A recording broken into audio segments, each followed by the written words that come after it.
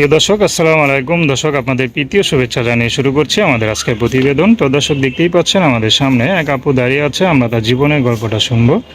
তো জানবো আপু কেন আমাদের ইউটিউবের মাঝে আসলেন, তিনি কি বলতে চান। আপু আসসালামু আলাইকুম, ওয়ালাইকুম সালাম।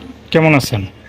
আছি ভাই, কোনরকম। মাশাল্লাহ, হাসিটা তো মাশাল্লাহ বেশ সুন্দর। তো একদম অন্তরের হাসি না, তাই অনেক কষ্টে আছি। কষ্টের আছে এটা না? আচ্ছা, কে সুখে আছে কে দুঃখে আছে নাকি? তারপর না, নাম আমি কি? কষ্টেই আইছি প্রতিদিনের সামনে। তারপর নামটা বলেন আগে। আমার নাম জান্নাত।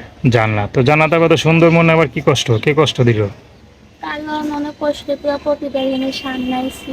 বাবা বিয়া করে চলে গেছে, তখন মানুষের বাসায় কাজ করি, অনেক কষ্ট। আচ্ছা, তো এই বয়সে তো পড়াশোনা করবেন, লেখাপড়া করবেন। পড়াশোনা কেমনে করবো ভাই, টাকার জন্য পড়াশোনা করতে পারি না। অনেক সকাল দিনে আমি কাজ করি, সেলাই মেশিনের কাজ।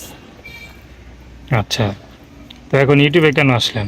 আইসি একটা ভালো একটা মনের মানুষ পাওয়ার জন্য, যে আমার পাশে থাকবে, আমাকে সহযোগিতা করে, তার সাথে কথা বলবো। বিয়ে শাদী করবেন হ্যাঁ, বিয়ে শাদী করবো। নাকি প্রেম করবেন, কোনটা?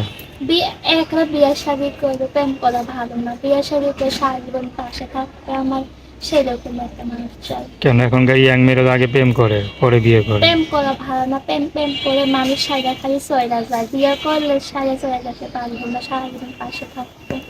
বুদ্ধি তো ভালোই আছে, তো পড়াশোনা করলে তো অনেক দূর যেতে পারতেন। কারণ পড়াশোনা কেমনি করবো ভাই, টাকার জন্য পড়াশোনা করতে পারি না। বাবা বিয়ে করে চলে দিচ্ছে। আমার 3 ভাই বোন। আচ্ছা, বড় কে? আমি বলো, আমার ভাই বোনটা ছোট।